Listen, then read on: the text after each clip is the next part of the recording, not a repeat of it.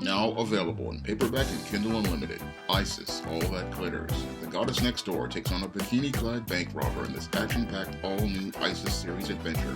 Get Isis, All That Glitters in paperback and Kindle Unlimited today. Last week, the Huffington Post decided to publish this ridiculous article by Nina McCollum where she talked about what she's learned about unemployment and being poor after applying for 215 jobs. Well, 215 jobs is just a light workout for me because back when I was applying for jobs, I would apply for over 50 jobs a day at the library. And when I listened to this woman talking about what she's learned about being unemployed and poor after applying for 215 jobs, all I can do is think about it and shake my head. Because this woman really does not know what it means to be long-term unemployed, and she really does not know what the struggles of being long-term unemployed are. Now, as someone who has been long-term unemployed 3 times in his life, I can tell you what being long-term unemployed really is like. Because right now, I have been long-term unemployed for over 10 years, and in the last 10 years, I have applied for over 10,000 jobs at corporations all across the tri-state area, and in most cases, I never got a single call back from most of those companies. Moreover, I also applied at numerous temp agencies, and I never got a call from many of them. And even when I would get calls back from them, there was never an interest in scheduling an interview. And in many cases, these people at these temp agencies, these guys were giving me runaround ever since I was 18 years old, and I tried to get a job at Macy's department store, and they didn't want to give me the temp job there, making $4.25 an hour back in 1992, because they thought I had no experience.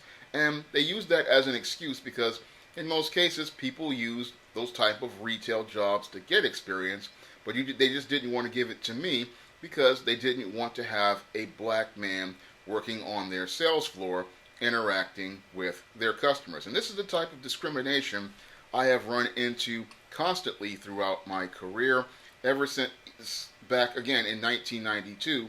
And I've run into it from your temp agencies, I've run into it from your retail businesses, and I've run into it from many, many different types of companies. They don't really like heterosexual black men working for them because many people project stereotypes onto heterosexual black men. And even if you go out here and apply to pass things like civil service tests, you will run into discrimination from things like your human resource department, which is primarily run by women, and most of those women project many of their issues onto black men, and they project their issues onto black men during the interview, and that's what leads to them having a clear bias against black men. And I've been through that myself at numerous interviews. When I would interview with the City University of New York, these women in HR, some of them would be hostile and nasty, and others would be indifferent, and they would not really even try to engage me during the interview. So I've run into that, and I remember being in the civil service system after I lost my job in 2008 for over 3 years, going back and forth with these women, and these women had no interest in hiring me due to their female own group preference.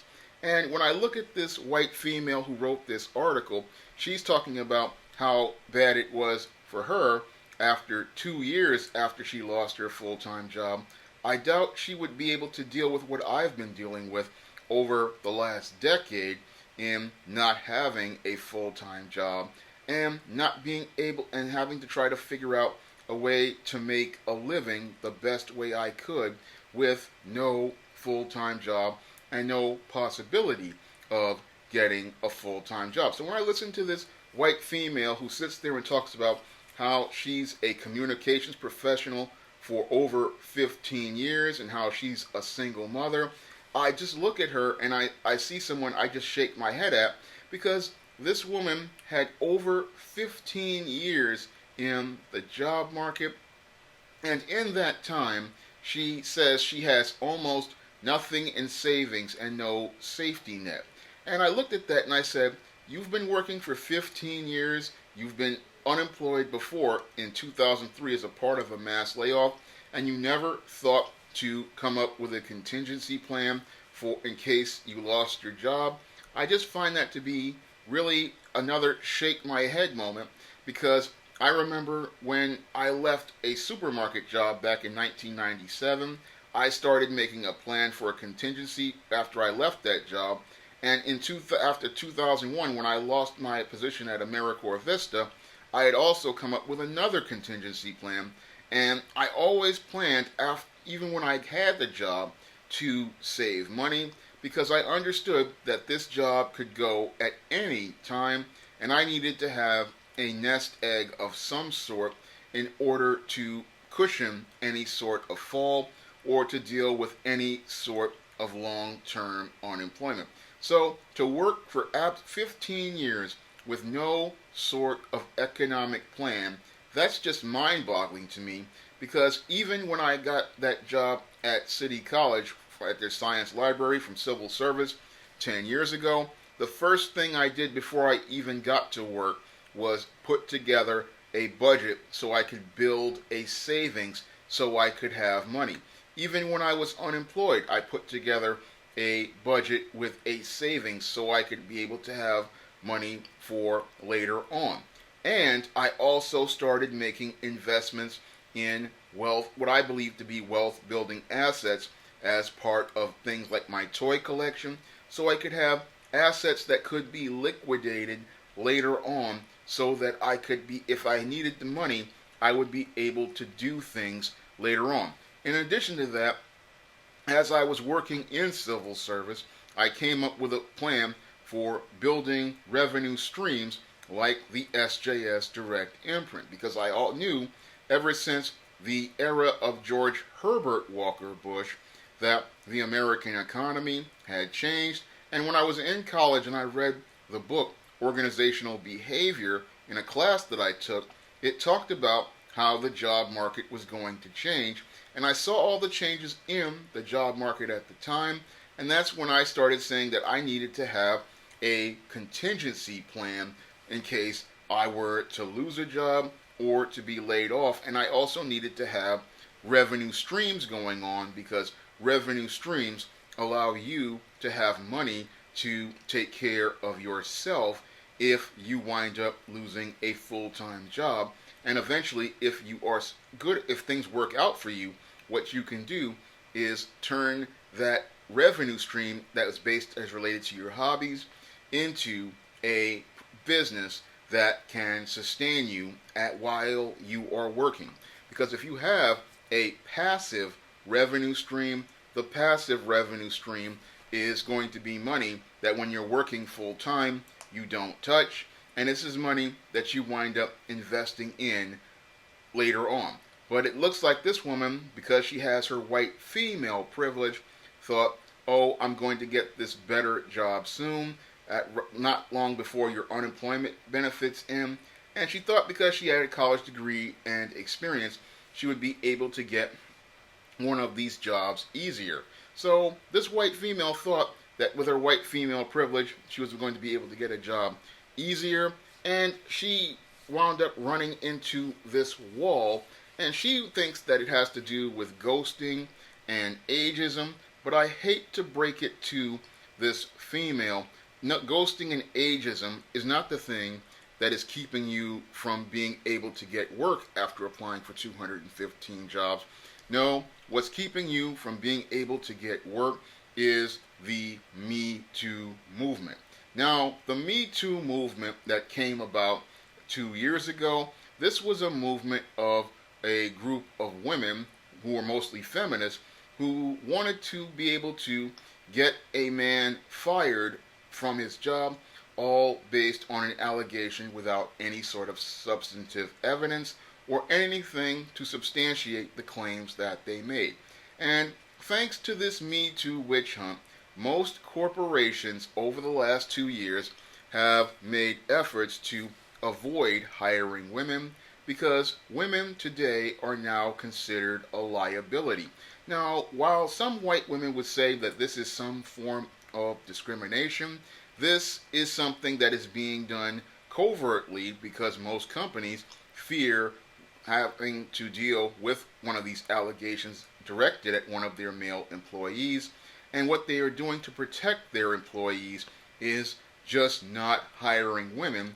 And in addition to not hiring women, many men are minimizing their interactions with women on the job, and they are trying to avoid any sort of contact with women because not only can an allegation cost a man his job, it can also cost him his professional reputation, and it can also cost him his freedom if it is an allegation of sexual assault or sexual violence. And that has many men hesitant about hiring women who are out of work or wanting anything to do with hiring any women these days because they fear not only the allegation destroying their professional lives, their personal lives, and taking away their freedom, but they also fear that the company could be held liable if something happens on their grounds as related to an allegation of sexual assault, sexual harassment, or sexual violence, and they fear that the company would have to pay punitive damages in a lawsuit. So most companies these days, they are not hiring women due to the Me Too movement, and they are making efforts to avoid going out here and hiring women for any position because they fear getting into a big lawsuit. Now this female, again, is sitting there thinking that it's about ghosting, ageism, and is talking about companies using workers by not paying them benefits. But again, the main reason why this woman has been out of work for 2 years has to do with the Me Too movement. And I believe she's going to be unemployed for a long time because most companies, they fear hiring women these days due to the Me Too movement. They fear getting into contact with women due to the Me Too movement. They won't say this directly. They'll tell women like this, oh, they're too experienced or they're too old. But when it comes down to it, it's all about liability. And they're all about liability because they don't want to get sued. Now, she believes that they want people who are young and would work for half of what she was making for unemployment. But I don't believe that is true because most of these companies, when it comes down to white females, they will go out of their way to give white females the benefit of the doubt. I saw this when I was at the interviews at the hiring pool for the City University of New York. This white woman walked in the room. She was middle-aged, and she was given a job almost immediately by another white female who worked in HR due to their female-owned group preference. So I know that it doesn't matter what age a white woman is, there will either be another white female who will give her female-owned group preference, or it will be some beta male in HR or in the office who will give her the benefit of a doubt. And in many cases, she doesn't even need to have experience or skills as related to the position. All she has to do is be white. But this white female single mother wants us to believe that she has been out of work for 2 years due to this ageism and all these other things, when in actuality it has nothing to do with that at all. She wants us to believe that she's been suffering so badly after 215 jobs. Well, you aren't suffering as far as I have for over the last couple of years, because over the last 10 years that I've been out of work, I have had to make a lot of sacrifices to a lot of things in order to get my SJS Direct imprint moving. I've had to take a lot of losses, and I've had to have a lot of struggles over the last 10 years. And I oftentimes would think, if I were to able to get one of those jobs that I wanted to get over the last 10 years, it would have made a major change in my life.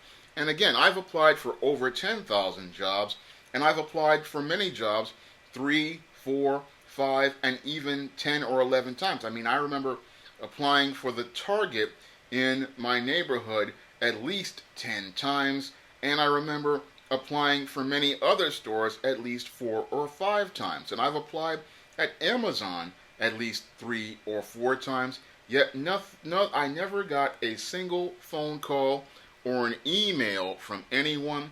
And sometimes when I would get these emails or phone calls, they would be from extremely hostile people. And I remember going to some interviews and never hearing from a person again. And they would ghost me all the time. So I've been used to this for over a decade. And this woman is sitting there talking about how people don't understand how difficult it is to be poor. Well, ever since I got out of college and people made me the big promises that I would get this big money, I'm still waiting to get the big money. And I've been poor all 45 years of my life, and I've grown up on welfare. I grew up on Section 8. I struggled for many years, and I still struggle to this day. But she's sitting there saying that people to understand how difficult it is to be poor. Well, when it comes down to most people, I hate to break it to this lady, nobody really understands how difficult it is to be poor. More importantly, nobody really cares. And well, when you're poor, all you have to do is go out here and try to do your best out here, and it's all you can do out here is try to do whatever you can to survive. And this woman doesn't really know how hard it is because she's only been in this game for 2 years after having a job after 15 years. And I can tell you again, as someone who grew up on welfare and Section 8 and then graduated college, was made promises by people and got burnt on every turn, and then had a secure job wind up getting lost due to jealous co-workers in civil service. I've run into a lot of screw jobs, but I've had to still keep persevering in the face of all of that adversity. And this woman is sitting down and talking about how difficult it is to be poor. Well, at least you had an opportunity to live middle class for a while. I never got that break, and I never got that opportunity to really experience what middle class was. And I would look, and if I had that opportunity, I would have saved more money, because I understand again that when you have money, you don't spend money, you save money, and you save money because these rough periods can last a long time. But thank God I had God with me during this rough time. But when I listened to this white female talking about what she's learned after 215 jobs, that's nothing compared to being unemployed for over a decade and 10,000 jobs and 10,000 applications that went nowhere. And just this Huffington Post piece, when I look at it, they really don't understand what being poor is. They don't understand what unemployment is, and they don't understand how much you go through when you are unemployed, or what you have to deal with being unemployed. And what they have to deal with a lot of times is the waiting in between the applications, the hopes that wind up getting dashed because you think you've got a shot at it, the interviews you go to that just come that close to you getting them, and all of this talk that you hear in America these days about how anybody can get a job if they want one. Well, I have continued to apply for jobs as I've been working on this SJS Direct imprint, even today in 2019, and I have again yet to hear any phone call from many of these employers who say that they are hiring. And I know the big difference between a job market where employers are looking for people and a job market where people are full of crap. Because in 1999-2000, when the job market was hot, we had people calling me. I was getting phone calls from temp agencies and other places that blew me off back in the mid-90s. I had those same people calling me talking about how they wanted me to work at these retail jobs they didn't want to give me when I would apply for them. But those same people then were calling me back in 99, 2000. But here in 2019, with the unemployment rate allegedly at 3.6%, I still apply for jobs online, and I apply for jobs through these channels, and I even have applied through people who have referred, and I have yet to hear a single phone call from any of these individuals, which shows me that your American job market is just a rigged game. And when it comes down to your American job market, it's not what you know, it's who you know and whose boots you'll lick, and that's what leads to you getting a full-time job in today's job market. And this is what disgusts me about America's job market.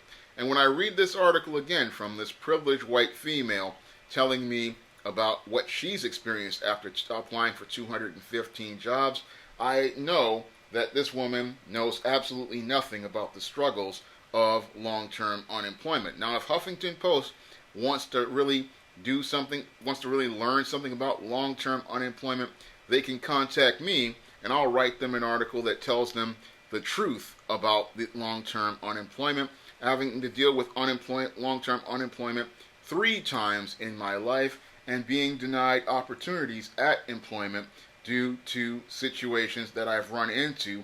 And I could talk about all of the hostile things I've run into in America's job market. And I can tell you about all of the conditions I've had to deal with in my struggles of long-term unemployment.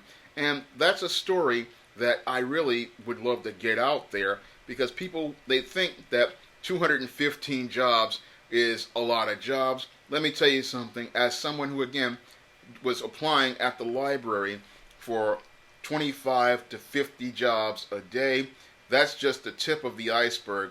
And what's really frustrating is you come out of that whole process and you don't get any sort of employment, and you really want to work, but no one wants to take a risk, because in today's job market, today's job market really is hostile towards anybody looking for work, especially heterosexual black men. And when you hear a privileged white female sitting there talking about how she has been unemployed and poor after 215 jobs, it just makes someone like myself, who has been out of work for over a decade and struggling to get work with whatever he has, just makes me shake my head about how out of touch these white females truly are about a country that elevates them to the highest positions and give them the best opportunities in the world. If you'd like to see me make more videos like this, you can donate to my Patreon, my PayPal, or my Cash App by clicking the links in the description box. And if you want to try some of my SJS Direct publications, like the ISIS series, the E-Steam series, the John Haynes series, the Smith-Dorilla trilogy, and my men's issues books, you can also do that by clicking the links to Amazon.com in the description box. That's all I have to say for this video. You can comment, rate, and subscribe. Now available in paperback and coming to Kindle Unlimited, John Haynes, Dark Succubus. The man who rules the world is tempted by a sultry succubus in this all-new John Haynes series adventure. Get John Haynes, Dark Succubus in paperback or pre-order on Kindle Unlimited today.